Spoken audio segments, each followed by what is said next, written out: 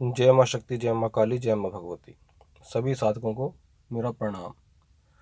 साधकों, दो प्रकार के मनुष्य होते हैं।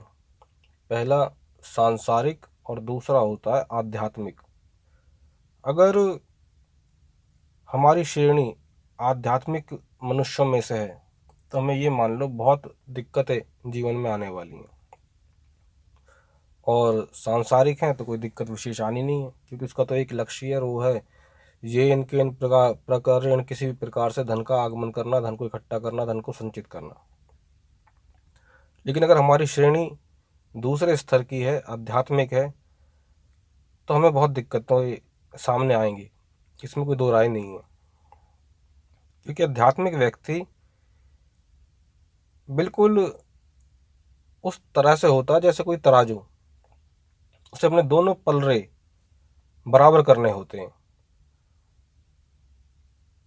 जो सांसारिक व्यक्ति होता है उसका तो एक ही भाव है कि भाई मुझे तो किसी भी प्रकार से अपना व्यापार करना है, काम करना है, अपना धन इकट्ठा करना है, रात को मुझे सोना है। लेकिन आध्यात्मिक जो व्यक्ति होता है उसका जो मन का झुकाव होता है वो साधना की तरफ ज़्यादा होता है और व्यापार की तरफ कम होता है।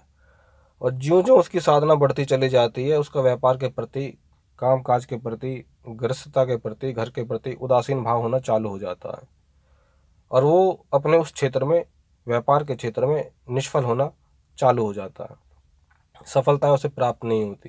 कारण कि 100% जब तक किसी भी कार्य में आप नहीं दोगे, जब तक उसमें सफलता आपको प्राप्त नहीं होगी, और वो अपना 100% दे नहीं पाता, क्योंकि उसका रुझान तो अध्यात्म की तरफ है। वो तो भगवान को चाहता है, साधना को चाहता है, अलौकिक संसार को देखना चाहता है, इस ब्रह्मांड के बाहर क्या है उसे जानना चाहता है। कोई आत्मा परमात्मा है या कोई भूत प्रेत जिन पिशाच सही, ये सब चक्कर है क्या, इन सबको समझना चाहता है।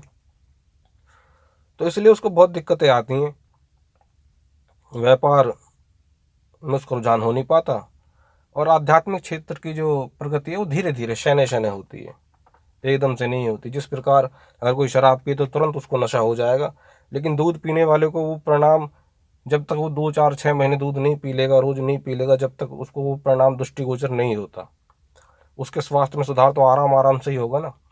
महीने लग जाए, 2 महीने लग जाए, 4 महीने लग जाए, तब लगेगा हाँ मैं कुछ खा रहा हूँ, पी रहा हूँ, तो मेरा स्वास्थ्य अब बढ़ता जा रहा है।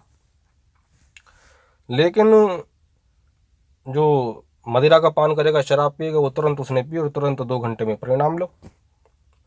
तो आध्यात्मिक गति बिल्कुल ठीक उसी प्रकार से शैने शैने होती है, और इस शैने शैने चलने की वजह से व्यक्ति का प्रभाव धीरे धीरे धीरे आध्यात्मिक तो होना चालू हो जाता है, पर उसका संसारिक जो मन है वहाँ से हटना चालू हो जाता है।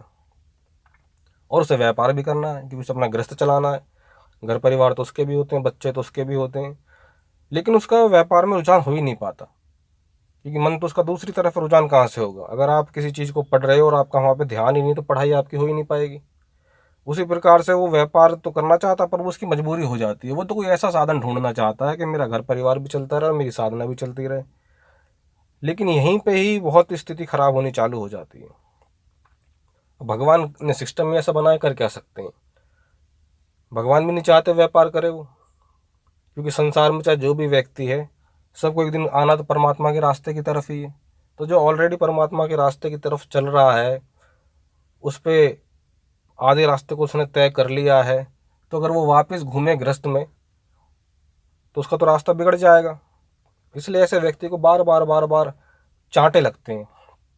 चांटे कैसे लगते हैं कि वो साधना तो कर रहा है, लेकिन व्यापार में अगर वो असफल हो रहा है तो उसके ऊपर कर्ज की स्थिति बननी चालू हो जाएगी, परिवार की सुख सुविधाएं उससे पूर्ण नहीं हो पाएगी, परिवार वाले उसे ताने देंगे, घर परिवार वाले जो बाहर के लोग हैं वो उसको हे दृष्टि से देखना चालू कर देंगे कि साले के बस कुछ खाना कमाना कुछ नहीं है, पता नहीं किन फजूल के चक्करों में लगा हुआ है। अब उन्हें क्या समझ में आता है कि इसका मन ही बेचारे का है ही नहीं, तो करे क्या। लेकिन ये स्थिति बनती है, और एक प्रकार से बार बार उसे अपमान का जीवन जीना पड़ेगा, और ये अपमान ही उसको और ज़्यादा दूर हटाएगा इस संसार से, और ज़्यादा दूर करेगा इस संसार से, विरक्त भाव उसके मन में आ जाएगा। तो ये सब उसके भले के लिए ही होता है, लेकिन उस समय उसको समझ में नहीं आता, या संसारिक पारिवारिक समस्याएं ऐसी आती हैं कि वो उसमें पिस के रह जाता है। फिर भी भगवान की कृपा से वो निकल जाता है। एक बार स्वामी विवेकानंद जी को भी ऐसा ही दिक्कतों का सामना करना पड़ा था। स्वामी विवेकानंद तो अपने आप में बहुत बुद्धिमान थे, जो आज हम 200 साल बाद भी उनका नाम ले रहे हैं, अमर हैं। और आगे आने वाले हजारों साल तक भी अमर ही रहेंगे। तो उनके पिता की मृत्यु हो जाती है और एक वक्त के खाने के लिए उनके पास अनाज का भी प्रबंध नहीं हो पाता, नौकरी वोकरी भी उन्हें नहीं मिल पाती। तो अपने गुरु के पास जाते हैं और कहते हैं, हे प्रभु, हे गुरुदेव, कुछ भी करके मेरा व्यापार स्थापित करवा दें, मेरा धंधा चलवा दें, आपकी अति कृपा होगी। गुरुदेव महाकाली के परम भक्त थे, स्वामी रामकृष्ण परमहंस जी। तो वो उनसे कहते हैं, तू एक काम क्यों नहीं करता रे, तू माँ से क्यों नहीं कहता, जा, आज मावस भी है, मंदिर में माँ है, तो माँ से तू प्रार्थना रख, तेरी प्रार्थना जरूर सुनेंगे। विवेकानंद जी इस बात को मान लेते हैं और माँ के मंदिर में जाते हैं और कहते हैं, हे भगवती, हे माँ, मैं आपसे कुछ मांगने आया हूँ। और जैसे ही वो उस मंदिर के अंदर प्रवेश करते हैं तो बोलते हैं कि मुंह से वाक्य निकलते हैं, हे माँ, मुझे ज्ञान दो, भक्ति दो, वैराग्य दो। ऐसा कह के उनके मुंह से ये वाक्य निकलते हैं और वो देखते हैं साक्षात माँ खड़ी है मंदिर के अंदर में, हंस रही है, मुस्कुरा रही है। और उनके वो माँ को देखते नहीं, बस यही उनके मुंह से शब्द निकलता है, माँ मुझे ज्ञान दो, भक्ति दो, वैराग्य दो, और कुछ दूसरा वाक्य निकलता ही नहीं है। और ऐसा कह के वो जब बाहर आते हैं तो उनकी चेतना जागती है कि ये मैंने क्या मांग लिया, मुझे तो पैसा चाहिए था, धन चाहिए था, मान चाहिए था, सम्मान चाहिए था, मेरा परिवार भूखा मर रहा है, मैं भी भूखा मर रहा हूँ, मैं मांग क्या रहा हूँ। तो रोते हुए अपने गुरु के पास फिर आते हैं, गुरुदेव ये तो मुझसे गलती हो गई और ये मैं तो माँ से ऐसा मांग बैठा। तो गुरु दयालु होते, कहते कोई बात नहीं, माँ तो माँ है, दोबारा जाके मांग ले, माँ कहाँ भागी जा रही है, जा दोबारा मिलेगी माँ, वहीं मांग ले जाके। तो वो फिर उनको थोड़ा दिलासा सा मिलता है कि हाँ अभी भी गुरु मेरी प्रार्थना सुन रहे हैं। और फिर वापस जाते हैं मंदिर के अंदर में, बोलते हैं, जैसे ही प्रवेश करते हैं तो देखते हैं सामने माँ खड़ी है, हंस रही है, मंद मंद मुस्कुरा रही है। तो फिर जैसे ही मांगने के लिए निकलते हैं मुंह से तो फिर वही निकलता, माँ मुझे ज्ञान दो, भक्ति दो, वैराग्य दो। माँ कहती तथास्तु। और जैसे ही वो तथास्तु बोलती है और वो सुन के वापस बाहर मंदिर से आते हैं, उनकी चेतना फिर जागती है। फिर उनको बहुत रोना आता है कि ये मैं फिर क्या मांग बैठा, अब तो गुरुदेव ने दूसरी बार भी भेजा, मैं फिर भी मेरे मुंह से ये निकल रहा है, मुझसे पैसा क्यों नहीं निकल रहा कि पैसा दो, पैसा दो, नौकरी दो, नौकरी दो। फिर रोते हुए आते हैं, गुरु जी, गुरु जी, गुरु जी, अब क्या हुआ। गुरु जी, गलती हो रही है, बार बार जो चाह रहा हूँ वो हो नहीं पा रहा, आप बस, मैं तो परेशान हूँ, आप ही करो कुछ ना कुछ। कह रहे अब क्या हुआ, कह रहे वही निकलता है मुँह से, ज्ञान दो, भक्ति दो, वैराग्य दो। तो कह रहा कोई नहीं, अब क्या करें बता, तीसरी बार चला जा, माँ तो मंदिर में ही है, माँ कहाँ जा रही है, माँ तो मंदिर में सदा से है, रहेगी, पूरे ब्रह्मांड की स्वामिनी है। पर अब देख, अब आखिरी है, इस बार गलती नहीं होनी चाहिए। ठीक है गुरुजी, इस बार गलती नहीं होगी।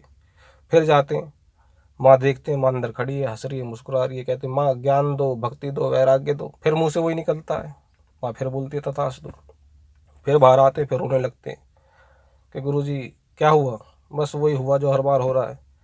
तो कह रहे अब तेरी समझ में इतनी भी बात नहीं आ रही कि जब तू भगवती के सामने जा रहा है और तेरे मुंह से निकल रहा है माँ ज्ञान दो, भक्ति दो, वैराग्य दो, तो वो तुझे देना ही वो चाहती हैं, वो तुझे ज्ञान देना चाहती हैं। अगर तू पैसा मांगेगा तो आज से 200 साल बाद मुकेश तेरा नाम इस तरह से लेके लोगों को संचारित नहीं करेगा। अगर तू आज धंधा मांगेगा तो मुकेश आज से कोई दूसरा मुकेश 400 साल बाद, 500 साल बाद तेरे नाम को पहचानेगा नहीं। तू यहाँ अमर होने के लिए आया है, तू यहाँ लोगों को संदेश देने के लिए आया है, तो ब्रह्मांड को यहाँ ज्ञान देने के लिए आया है, तो धन देने के लिए, धन लेने के लिए नहीं आया। तुझे ज्ञान की जरूरत है, वैराग्य की जरूरत है, भक्ति की जरूरत है, इस उद्धार के लिए तू आया है यहाँ पे, और इसीलिए तू मुझसे जुड़ा है। तेरी इतनी बात समझ में नहीं आती। तो तब उनको समझ में आता है कि हाँ ये बात तो सही है। फिर कहते गुरु जी सारी बात तो मैं समझ रहा हूँ, लेकिन परेशानी कह रहा, चलो इसके लिए मैं ये करता हूँ कि आज से मैं तुझे वरदान देता हूँ कि तेरे परिवार को अब से आगे से कोई मोटे अनाज की खाने पीने की दिक्कत नहीं होगी। लेकिन तेरा रास्ता क्या है, तो माँ के सामने जाकर तुझे मालूम पड़ गया ना। कह रहा हाँ गुरुजी मालूम पड़ गया। तो ठीक इसी प्रकार से हम सब लोग हैं जो हम आध्यात्मिक व्यक्ति हैं, उनका भगवान ने पहले से सब निर्धारित किया हुआ है, हमें जरूरत उसी ज्ञान, भक्ति, वैराग्य की है और हमें मिलेगा भी वही। लेकिन कुछ समय ये जाता है, ऐसा जरूर है, जब मानसिक तनाव में आदमी आ जाता है। जब स्वामी विवेकानंद जैसे व्यक्ति आ सकते हैं, हम तुम तो बहुत छोटे से हैं, उनके सामने कुछ कोई हमारी बड़ी हैसियत नहीं है। तो अपने लक्ष्य पे साधको बने रहो, विश्वास भगवती के ऊपर रखो, माँ आपको जरूर उस मुसीबतों से पार निकालेगी। और ज्ञान, भक्ति, वैराग्य पे तो हमारा अधिकार है, वो हमें मिलेगा ही, क्योंकि आए तो हम भी अमर होने के लिए ही हैं। अमर होने के लिए इस दृष्टि से आए हैं कि अगर मैं आपसे पूछूं कि भाई आपके पिता का नाम क्या है, तो आप बता देंगे, दादा का नाम क्या है तो बता देंगे, पड़दादा का नाम क्या है तो बता देंगे। लेकिन पूछूंगा पड़दादा के पिता का नाम क्या था, तो आपको नहीं मालूम। और हकीकत में 5वीं 6ठी पीढ़ी के तो सभी अपने अपने दादाओं को, पड़दादाओं को सब भूल गए, अपने बाबाओं को कोई नहीं जानता। कारण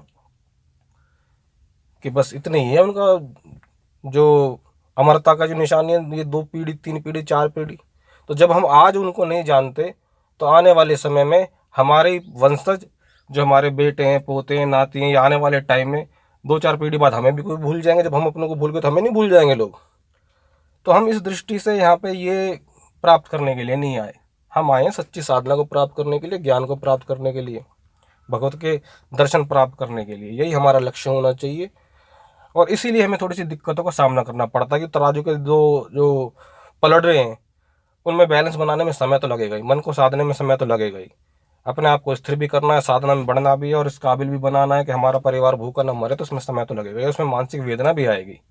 पर ये सहना, इसी को तो स्थित प्रज्ञ कहा गया गीता में, कि जब मान सम्मान में दुख ना हो, हानि में मरण में तुम समता का भाव रख सको, जय पराजय में जीत होती है तो ठीक है, नहीं होती है तो ठीक है। जब एक स्थित लौ तुम्हारी हो जाएगी, जब तुम्हारा स्थित प्रज्ञ स्थिति बन जाएगी, जब तुम्हारा मन स्थिर हो जाएगा, तभी तो साधक बनोगे। बस ये सब उसी की तैयारी चल रही है। सो अपनी अपनी तैयारियां करते रहो।